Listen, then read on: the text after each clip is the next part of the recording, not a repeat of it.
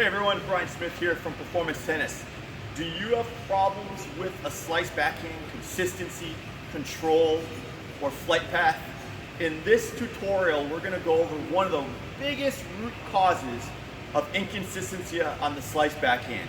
Stay tuned and we'll take a look at it. And don't forget to subscribe below so you don't miss any of our tutorials coming up every week. Alright guys, when we are talking about the slice backhand, the problem that a lot of players have is they can't generate a consistent low knifing slice. And there's really one root cause that affects most of those players that are having that problem, and that's their wrist that they try to use or use improperly when they're hitting a slice. When a lot of players hit, their tendency is to chop down with the racket head similar to this, and that ball starts flying off, or they try to slide the racket too much underneath by cupping that wrist underneath the ball. And both of those will give you unrealistic expectation to the slice, but something that you really can't duplicate. You might be able to generate a pretty nasty drop slice ball or a knifing curve out, or this one you might end up hitting a drop shot. But again, tennis is about duplication, and we want to be able to duplicate an effective shot over and over. So what we want to focus on when we're hitting a slice is we want firmness in the wrist, and we want to let the racket head do the work for us. So the goal here is when we go through a slice, we want to have the racket head slightly open. We don't want it closed and we don't want it flat open, but we want enough of it to get the back side bottom of the ball. So I'm going to hit that ball just like that right there and let that ball roll off. Now, the key here is the finish of the swing. If I use my wrist and start dropping down just a tad bit early, that ball is going to start taking off to the left. On the flip side, if I cup the racket head and I start opening up too much, the ball's going to start creating too much lift, and it's going to simulate an airplane taking off from a runway. Okay? So ideally, we want to firm the wrist up, and we want to let that racket head slide through the ball and finish level pretty close to my chest height. Okay? So what that would look like is this. Okay? Now I'm going to do it the wrong way in each of the two variables.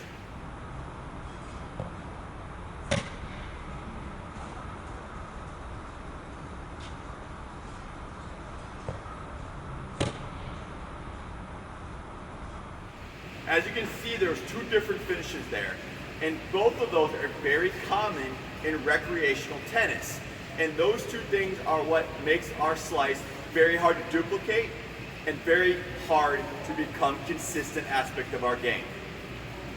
Stay tuned, and I'm going to show you two drills that you can do by yourself to help generate a better slice.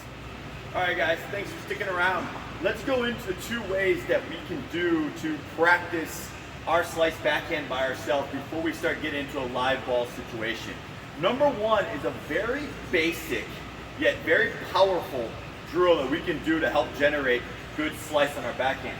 Number one is we got to try to find the contact point.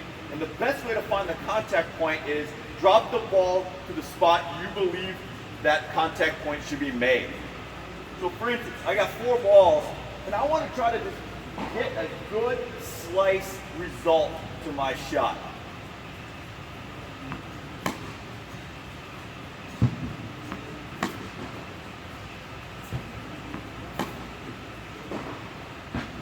Alright, pretty basic.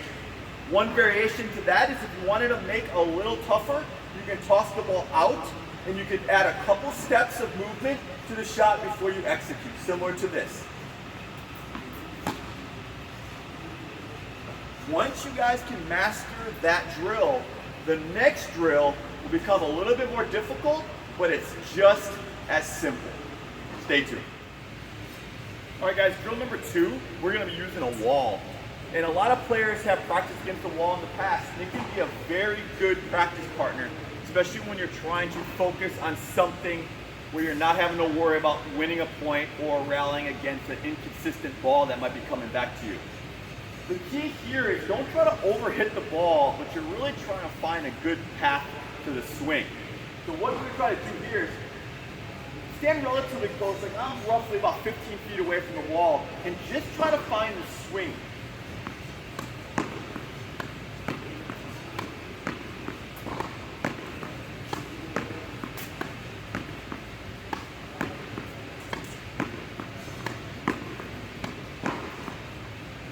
Okay, so you saw right there, that added a little bit more footwork to the equation, but the more consistent my swing becomes, the more consistent my result off the wall will become.